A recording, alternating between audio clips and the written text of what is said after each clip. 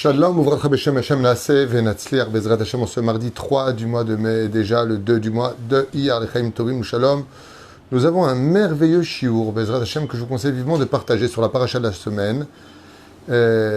Shiur acheté par Jérémy Tuile et son épouse Bezrat Hashem pour les 30 jours de son oncle Albert Abraham Ben Gomara Zetoun, Roi Hashem Tenachenu Began Aiden, Elion Vechol Asher Chovim Imo, Bichlal Arachim Vasalocha Vechen, Yehi Ratzon Venomramem Tieshmatot Tzor Haim. Et que chaque mot de cette étude, Bezrat Hashem, Yalet Nishmato, que monte son âme, Bezrat Hashem, très très très très haut. Parce qu'il n'y a pas comme la Torah au monde, vraiment. Plus on étudie la Torah, plus on se rend compte que c'est le plus beau cadeau que Dieu nous ait donné au monde. Il n'y a pas.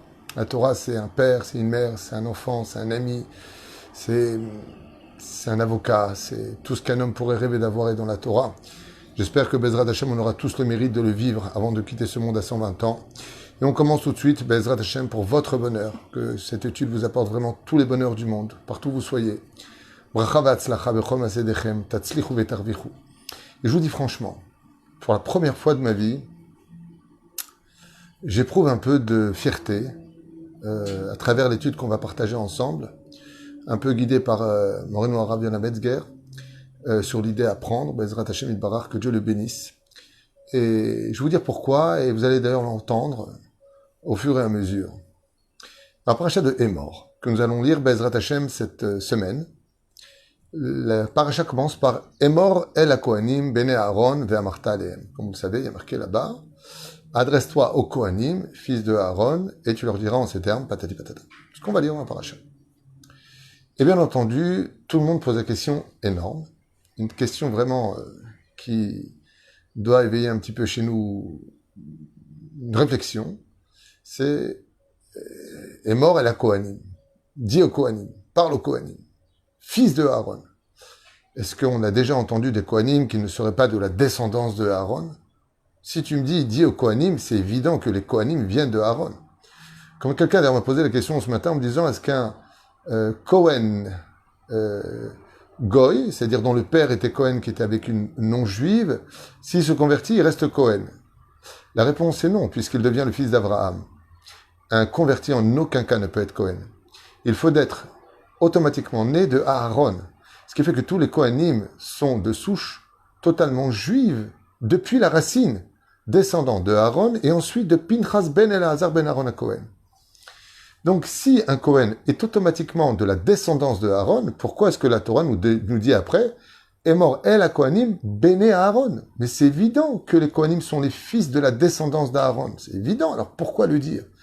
Qu'est-ce que notre Torah qui est remplie de secrets et de monde éternel, qui est codé, qu'est-ce qu'elle a à nous enseigner en nous disant que les fils de Aaron sont des Kohanim et que les Kohanim sont des descendants d'Aaron? Et je vous dis franchement, cette explication doit éveiller chez nous une grande, grande satisfaction par la suite. Vous allez l'entendre maintenant.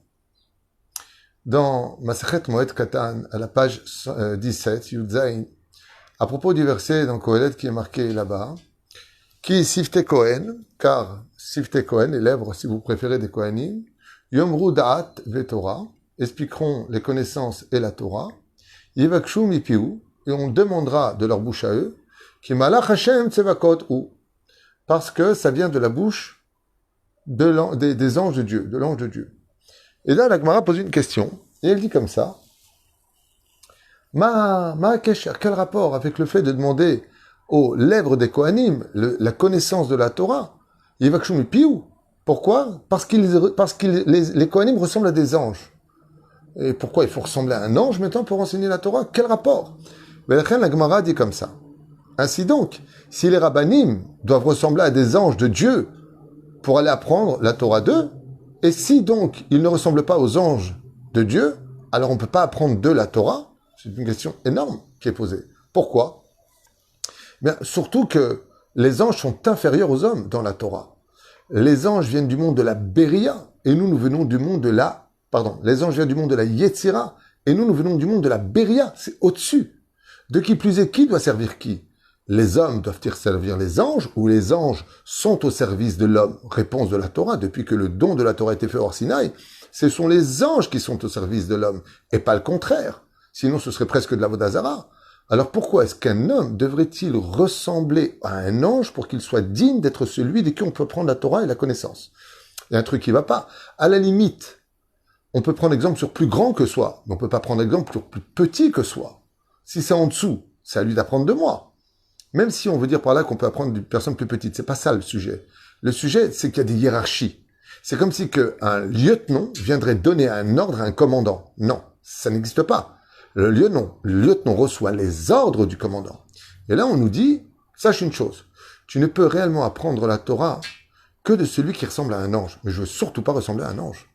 Un ange, c'est l'aide du mot kalam, qui veut dire kloum. Donc, moi, j'ai pas envie de ressembler à un ange. Et en quoi, Béhémet, la Torah fait-elle allusion? Le roi Salomon, vous savez que c'était un homme extrêmement puissant en intelligence, l'homme le plus sage de tous les hommes de l'humanité. Et Chacham Mikol Adam. Et donc, pour comprendre ça, on va replonger dans Kohelet, sur un des versets les plus connus du judaïsme. Donc, je vous demande de me suivre, et si vous n'y arrivez pas, réécoutez ce shiur et partagez-le à fond. Parce que Béhémet, il est génial. Écoutez bien. Dans Kohelet, tout le monde connaît la phrase « Tov Shem Mishemen Tov ». Et tout le monde va poser la question, j'ai fait déjà plein de cours sur ce verset-là. « Tov Shem Mishemen Tov ». La meilleure des huiles, le nom, pardon, huile. Tov Shem, un bon nom. Mishemen Tov, que cette bonne huile. Et de quoi est-ce qu'on parle comme huile? Un des plus grands maîtres, Baruch Hashem du judaïsme, le Sfat Emet, Zecher Tzadik Vekadosh Ibracha, explique et il dit l'huile dont on parle, entre autres, ça peut être l'huile du Beth Amikdash dans la Ménorah, comme je l'ai lu dans un autre endroit. Mais il dit, on parle de l'huile avec laquelle on vient oindre deux personnages. Qui était oint avec l'huile si précieuse du Beth Amikdash? Cette huile qui allait donner un titre et une couronne sur celui qui allait être oint, c'est le roi d'Israël et le Kohen Gadol qui était oint. Et là, on vient nous dire que le bon nom vaut mieux que l'huile qu'on verse sur la tête de ces deux personnages-là. Lama, le Sfat Emet, il dit tout simplement parce que quand un roi est devenu roi, c'est parce que son père était roi. Il vient de la dynastie, de la tribu de Yehuda, et donc héritier du trône. Donc quand on le oint, kol hakavod, c'est vrai que tu es oint, mais c'est tombé sur toi. C'est pour ça que la différence entre le nom de Shem, le nom, et Shemen, qui veut dire l'huile, c'est les mêmes lettres. Shin, il y a dans les deux, Mem, il y a dans les deux. Par contre, il y a le Nun. Nafal alecha. Nun, vers le bas, qui veut dire que le Shemen ne descend que sur les héritiers d'un titre qui t'est donné parce que ton père était roi, parce que ton père était Kohen Gadol, parce que tu viens des Kohanim, qui en réalité sont des héritiers de la couronne de façon automatique. La couronne du roi et la couronne du Kohen sont des héritages que de toute façon viennent sur toi. Shem, il n'y a pas de Nun. C'est un monde fermé. C'est un même qui est fermé, c'est-à-dire le renouvellement de la vie est fermé, c'est à toi de l'ouvrir. Et la reine, le Shemen, il a le Nun. Le nom que tu as en tant que roi et en tant que Kohen, c'est parce que tu en es héritier, que tu le veuilles ou pas, tu n'as pas fait d'effort pour cela.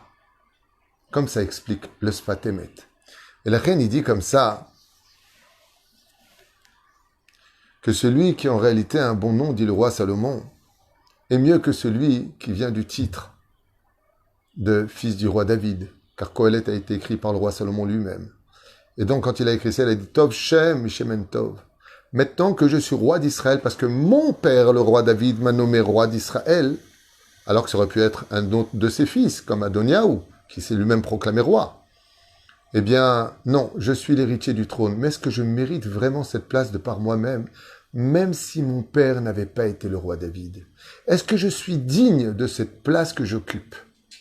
Mais la reine, maintenant, on va comprendre ce que Baruch Hashem ont voulu dire les tzadikim, le verset d'en haut, quel rapport avec les anges, et quel rapport avec le fait d'être Kohanim Bene Aaron. Il explique quelque chose de nifla. Il dit, je vais te dire pourquoi. On ne peut apprendre la Torah que des Kohanim qui ressemblent à des anges, c'est-à-dire à des Rabbanim qui ressemblent à des anges. Parce qu'un ange, lui, il n'a ni père, ni mère, ni fils de roi, ni fils de rave. Il est rien. Justement, le lettre du mot malach à l'envers, c'est lettre du mot kalam, qui veut dire l'ange, il est né de l'abstrait. Il n'était rien, mais il est devenu malach Michael, Gabriel, Uriel, Raphaël. Il a plusieurs noms. Les anges, eux, ils sont nés parce qu'ils ont une mission à faire. Et du fait qu'ils aient une mission à faire, l'ange de la guérison, c'est Raphaël. L'ange qui vient nous sauver, c'est Gabriel. L'ange qui nous protège au niveau des hiérarchies supérieures, c'est l'ange Michael. Il y a l'ange Malkiel, on ne peut pas trop prononcer le nom des anges. Mais chaque ange possède un nom parce qu'il a une mission. Et il est né de qui? De lui-même. C'est grâce à sa mission que lui va accomplir quand ils sont partis sauver les Lot, par exemple. Il est parti le sauver. Il a pris son nom parce qu'il a fait lui-même l'effort. L'ange existe, mais il n'a aucun mérite. Il ne peut pas se reposer en disant « Abba, aide-moi ». Il est créé par Dieu, comme nous sommes créés par Dieu. Dieu lui donne des avantages. Mais les anges, eux, ce qu'ils ont, c'est qu'ils ont un nom uniquement parce qu'ils ont réussi leur mission. Sinon, ils perdent leur nom. Et c'est ce que dit le roi Salomon. Tov Shem Mishemen Tov. Celui qui a réussi à avoir un bon nom dans ce monde, c'est celui qui a réussi sa vie. Il a réussi sa mission.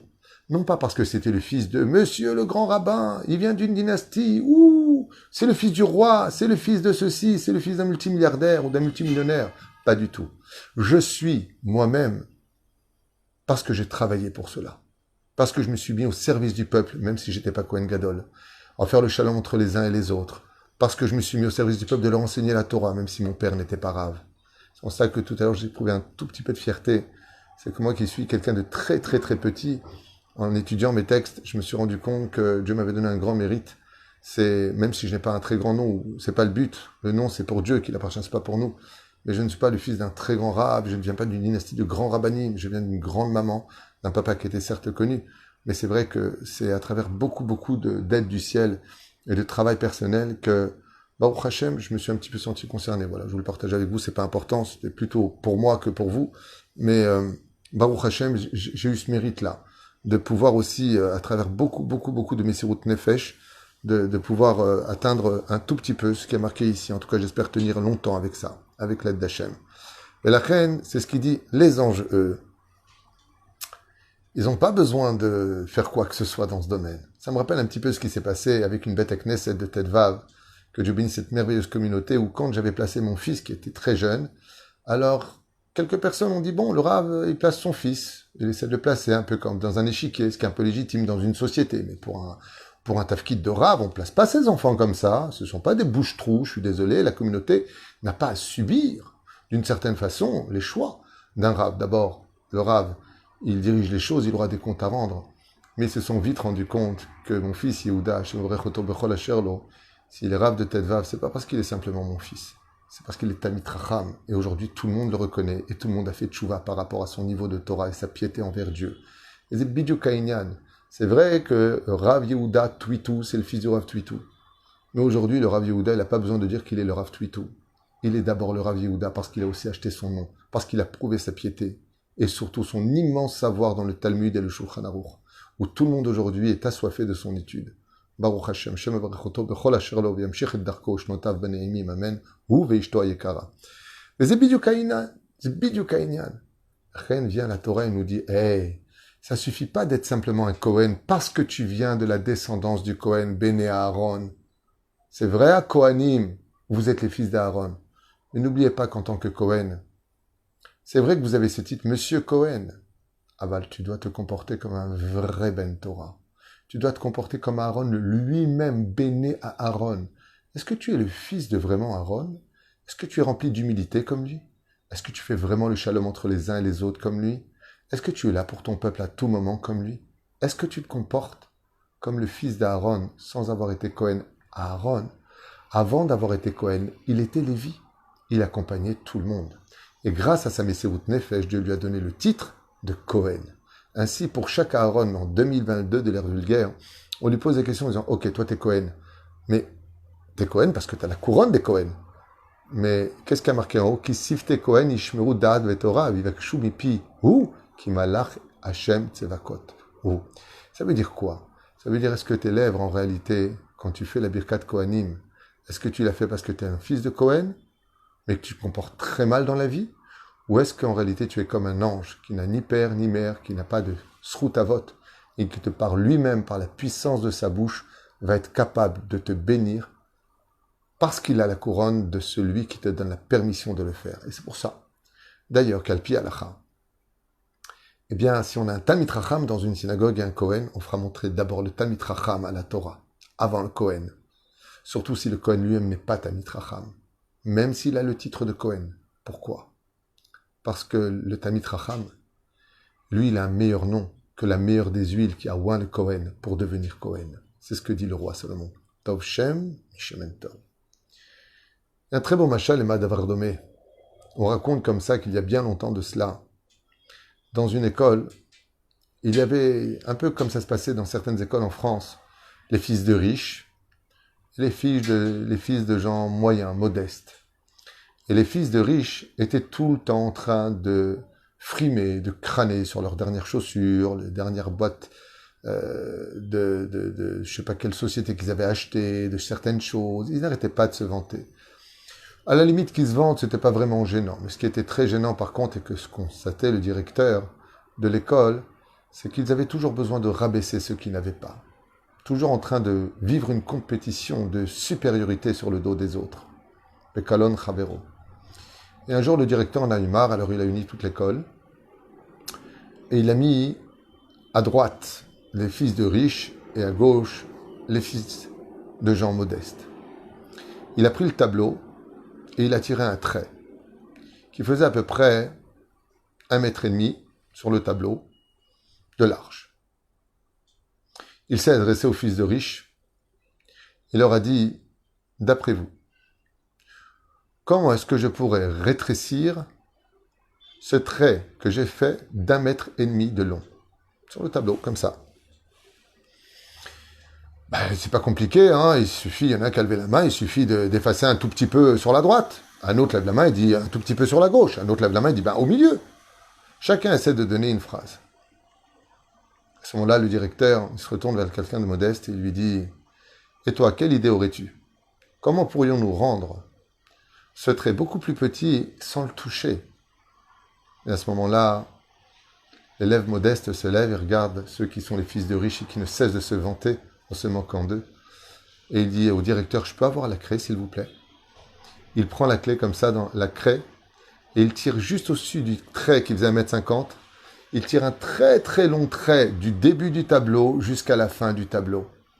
Et il regarde le directeur en lui redonnant la craie dans les mains et il lui dit « Maintenant, comparé au très grand trait qu'il y a en haut, on peut constater, sans avoir touché à votre trait, qu'il est beaucoup plus petit qu'avant. » Et à ce moment-là, le directeur l'a applaudi, lui a dit « Tu as tout compris. » Il s'est retourné vers les fils de riches qui se moquaient parce qu'ils ont été héritiers d'une grande fortune et il leur a dit « Vous voyez, la seule façon de montrer sa supériorité à ceux qui doivent trimer dans ce monde pour avoir un bon nom, c'est qu'au lieu de les descendre, soient plus grands qu'eux. » Et c'est ce qu'a fait le garçon qui était modeste. Lui, il a prouvé qu'il avait un meilleur nom qu'eux. C'est vrai qu'il n'est pas héritier d'un millionnaire, c'est vrai qu'il n'est pas héritier d'un Cohen ni d'un roi. Mais il a tiré un trait qui était beaucoup plus grand que les autres. Et ainsi donc, ainsi nous enseigne la Torah. Si tu veux être grand aux yeux des autres, ne les descends pas pour autant. Prouve que tu es plus grand qu'eux. Tire un plus long trait qu'eux. Donne-toi plus pour le peuple. Travaille plus ton humilité. Montre qu'en réalité, tu mérites ton titre et ne viens pas le prendre parce que tu en es l'héritier. Baruch Adonai Leolam. Amen ve Amen.